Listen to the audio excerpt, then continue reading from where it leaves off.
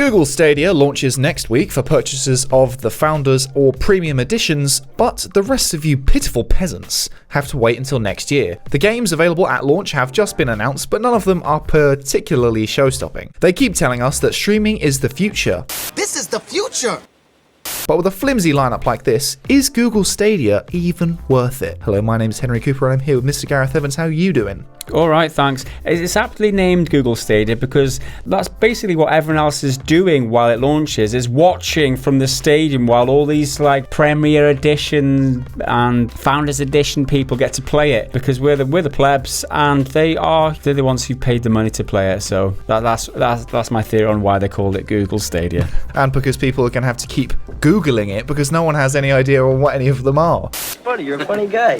The streaming service, in case you didn't know, launches on November the 19th, which is next week, for purchasers of the Founders Pack or the Premium Edition. And they're two slightly different things, but I'll get onto those in a sec. But most recently, they've just announced the games that will be available on the service. Now, those are games available to buy. Let's make it clear, the service isn't like Netflix in the sense you pay for it and then you can then effectively rent or download the games from it. That's not how it works. You pay for the service to stream it to your stuff and then you purchase the games on top of that. Just think of it like a new internet subscription. You subscribe to access the internet. You subscribe to access Google Stadia. Yes. You got to buy everything else on top. The one game you do get included in the subscription is Destiny 2, the collection. So that's going to have all the DLCs and stuff. But also available to buy will be Assassin's Creed Odyssey, Guilt, which is a Stadia exclusive, which we'll come back to, Just Dance 2020, Kine, Mortal Kombat 11, Red Dead Redemption 2, Rise of the Tomb Raider, Samurai Showdown, Shadow of the Tomb Raider Definitive Edition, Thumper, and Tomb Raider Definitive Edition. You have to buy these games on top of the subscription. That is a huge amount of games to be on a platform. Well, why so few games? Yeah, again, it's launch and there's going to be more coming, and in fact there is a bunch more coming before the end of the year, which we'll go through in a second, but it just seems like a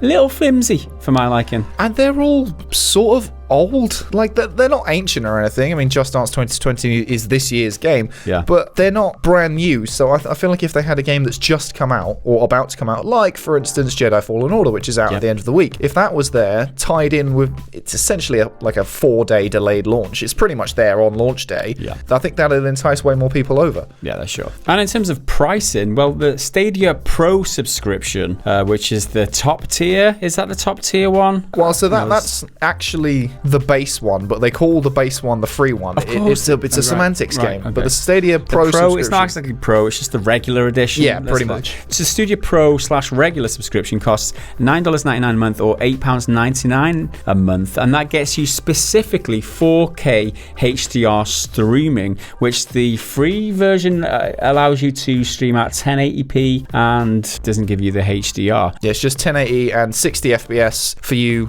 peasants, and that's not coming until 2020. The fact there is a free version coming later down the line is a plus point. Yeah, I say peasants, but I do think that is a good thing, because 1080 60 FPS, that's pretty much console standard, and I'm a console scrub, as most of you know, and a lot of people are console scrubs, so they're not that fussed about the high-end 4K HDR, so they can get pretty much what they need for free and then just buy the games on top. So for some people, that's probably quite a good thing. And as Henry mentioned earlier, the only free game you get with that subscription is Destiny 2 at the moment, and you've got to buy all the rest. Whether they add more to that library of free games in future, it probably would be a better incentive to get people subscribed to this thing as opposed to playing in it on the free version, because the only, like we just said, the only other advantages over the subscription is you get to play at 4K and HDR, depending on your internet, because this is the whole question mark over this, is whether your internet is capable of providing a decent experience, depending on the speed of it. You also get discounts on games. Do we have any information on what discounts you get when you buy games? No, there's nothing that I could find anyway that's official about that, but I reckon that's going to be like a rolling, changing thing, a rolling roster, probably akin to the PSN free games and the Game Pass ones on Xbox. So every month or so, I imagine they'll probably add new discounts and new free games. It might even just be a flat rate 10% like they do on services like EA Origin, something like that. So the next pricing option, I guess, is the Founders Edition, which will set you back $129.99 or £119.99. However, that is sold out, so you're shit out of luck if you want one. But this will give you early access to the service, which is only a few days out now. So if you pre-ordered this thing, then you will get access within a week. And the perks of this edition, it gives you 3 months of a subscription, so you don't have to pay for subscription for 3 months. You get a Chromecast Ultra worth £70. You get a controller bundled in, which is worth, again, another 60 quid. This is the Google Stadia controller, which is specifically made for this service. And you don't need the controller to use Stadia because it's compatible with mouse and keyboard, PlayStation 4 controllers, and Xbox One controllers, but they made their own little fancy one. You also get a Buddy Pass, which is a 3 months free pass that you give to one of your friends, which is a nice touch. You get a unique Stadia handle / username, so you get to pick your username first, guys. Yeah. Hell yes.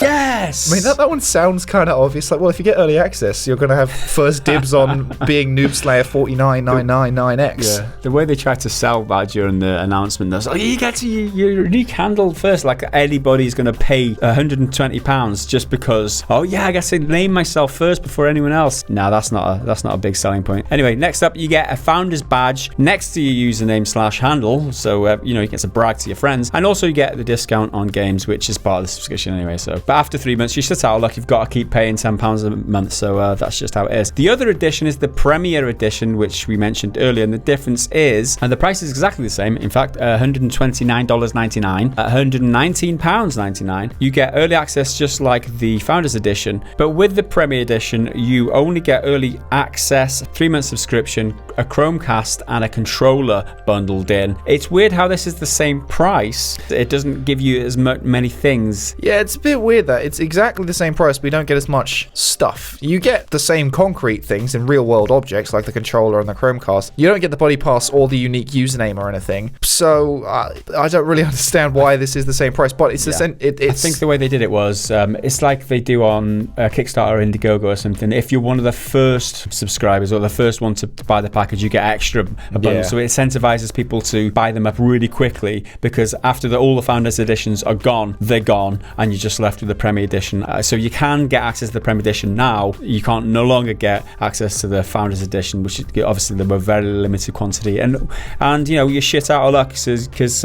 it's a pre-order bonus essentially. You get a bonus for being quick. It's just bragging rights at that point. But they are adding more games before the end of the year, just not quite at launch, and they include Attack on Titan 2, The Final Battle, Borderlands 3, Darksiders Genesis, Dragon Ball Xenoverse 2, Farming Simulator 19, Final Fantasy 15, Football Manager 2020, Tom Clancy's Ghost Recon Breakpoint, Grid, Metro Exodus, NBA 2K20, Rage 2, Trials Rising, and Wolfenstein Youngblood. I mean, there's a couple. I mean, Breakpoint's kind of new. Yeah, at least there's some. It's kind of shit, but it's kind of new.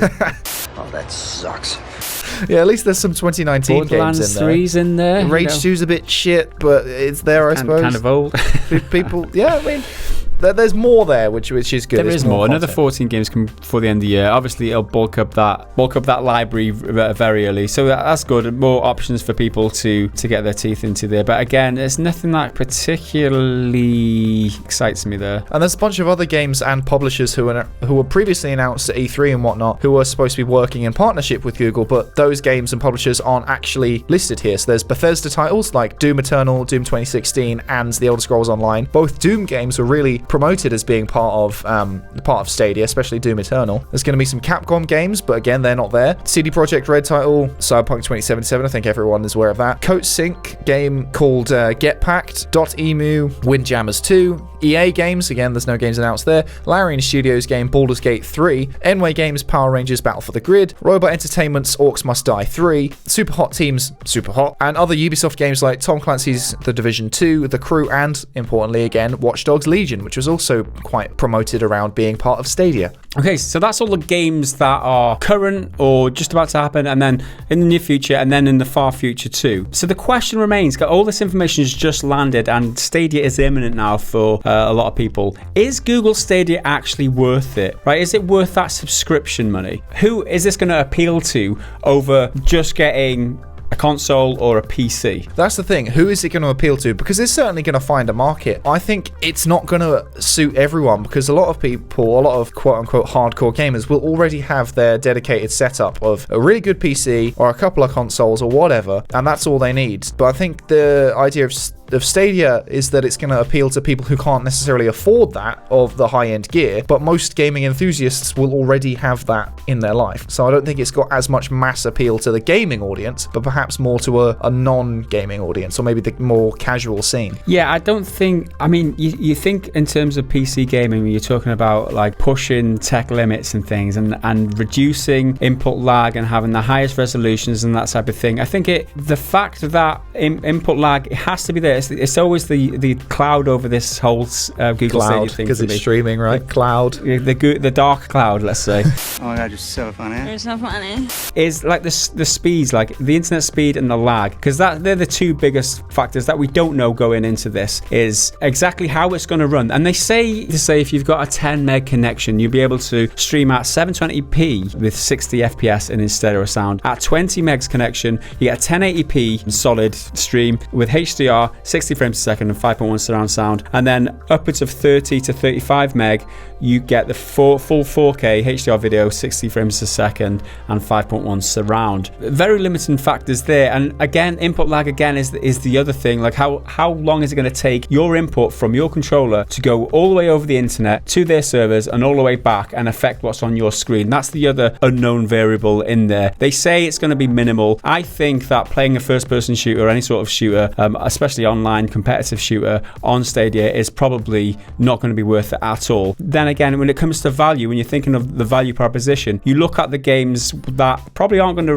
run too well depending on your personal situation with your internet and the lag and such like. You look at the lineup and think, how are these games going to play on Google Stadia? And yeah, there's quite a few that struck out for me, that's for sure. Yeah, internet will be this service's biggest strength and weakness, because the internet, if you've got it really, really good, you can stream all this high quality stuff but just onto your phone and you won't have to worry. But most people don't have internet that good, and certainly not in rural Wales over here. But also, if the internet goes down for whatever reason, you're shit out of luck. You can't play anything, and you don't own any of these games as well, because you are just using the service. But then technically you don't own anything you have on Steam either. That's in their TOS. That's a bit of a barrier for me, and as I said earlier, most enthusiastic and hardcore gamers, if you want to call them that, will already have their system, which is already going to be more reliable, and all of those old games will already work on that, and you probably already own some of them. There'll be a certain amount of people who might just pick up this service in order to like try out the service. I mean, in addition to their PC, home PC or whatever, just to see what it's like, and just for convenience, maybe if they're traveling or something and they've got access to any sort of device because it works on your phone if you're away or something. You know, it's just for convenience and very specific occasions that you might use this service in order to continue playing games when you're away from home, for example, or you've got other situations where Google Stadia would come in handy. You don't have access to your hardware at home. The next question is what exclusives these games got. Now, they've got two exclusives currently, one which is a launch exclusive called Guilt, and the other one which is Orcs Must Die 3. We'll go into that in a bit. But Guilt, like I said, Google Stadia's only launch exclusive, which is a third-person indie puzzle adventure game where you play the role of Sally, a young girl hunting for her missing cousin. Now, Sally faces down monsters in this game, which it turns out are physical manifestations of her own fears and trauma. Sounds nice, right? It sounds like a kooky little indie game. Made by Tequila Works, who made Rime in 2017, which achieved an 80% Metacritic score on the PS4. So quite decent. And the game it does look quite good. It's reminiscent of Little Nightmares for me. It's a mix of like cute and creepy type of aesthetics, and it's got a really strong art style. But is it a home run exclusive? Are people going to pay for Google Stadia just to play this game? I don't think that at all. It looks like a fun game. It reminds me a lot of the section in The Last of Us when you take over control of Ellie and you're sneaking through the cannibal camp. But it's not a system seller. It's not a God of War for your PlayStation 4 or a Gears 5 for your Xbox Ones. It's not going to be that one thing that gets people over. The barrier for entry of it only being a $10 streaming thing, that's not so much of an issue, but still, it's a small-scale indie game, which does look good, but it's not got mass market appeal. Yeah, and then there's the other question mark over future exclusives. Now, no, Orcs Must Die 3 will be a Stadia exclusive, at least initially, and obviously Guilt is only an indie game. And then we talk talk about things like the possibility of Baldur's Gate 3 being an exclusive. Now, this isn't confirmed, this is just speculation, but Baldur's Gate 3 has been made by Larian Studios, a beloved franchise, a very beloved developer. If it's exclusive, people will probably lose their shit, right? Yeah, we've seen it pretty much the whole of this year has been the year of exclusives drama, with the Epic Games Store snapping up stuff from Steam and people getting angry about it, for good reason in some cases. So the next discussion is around how Google are going to make this work. How will they make sure that it doesn't go down the same road as the likes of Google Glass,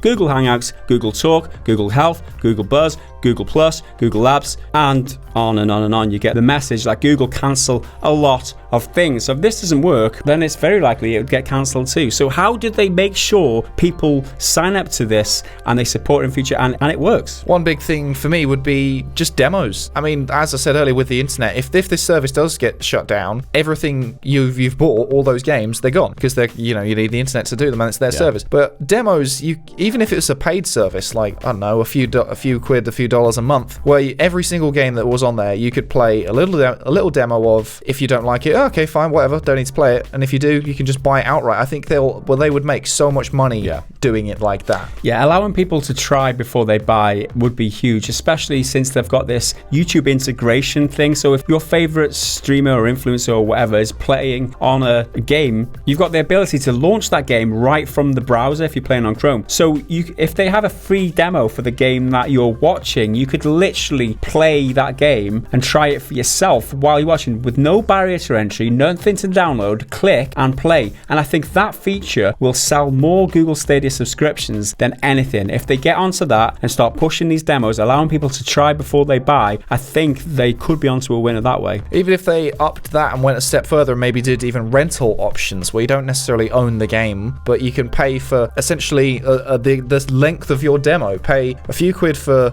an hour and basically charge it by the hour. That could work. And then if it's a long game, you could be expected to pay more, like a game you're going to sink a lot of time into, like a Red Dead, versus a smaller scale indie game, probably like Guilt, which is unlikely to be a 70-hour project. Third option is a subscription to a games library. And now this was kind of something that you would assume when they announced it. Oh, Google Stadia's coming, it's going to cost £10 a month. Oh, what? There's no games with it? That was the initial reaction, right? So some sort of games library where you can subscribe, maybe an extra $5 a month or something like that, something reasonable to get access to a bunch of games. That'd be pretty cool. So it's all one subscription, one price. So you don't have to think about or worry about paying more money on top of that. The only one subscription option that I'm aware of right now, which will be coming at some point, is Uplay Plus. Google have confirmed that they've got a partnership with Ubisoft in place so that you can subscribe to the Ubisoft subscription via Google Play. And that comes with more than 100 games, although obviously a lot of them are going to be limited, not going to be available on Google Stadia, specifically at launch. And that is around $15 a month. So on top of the Google Stadia subscription, you're talking $25 a month for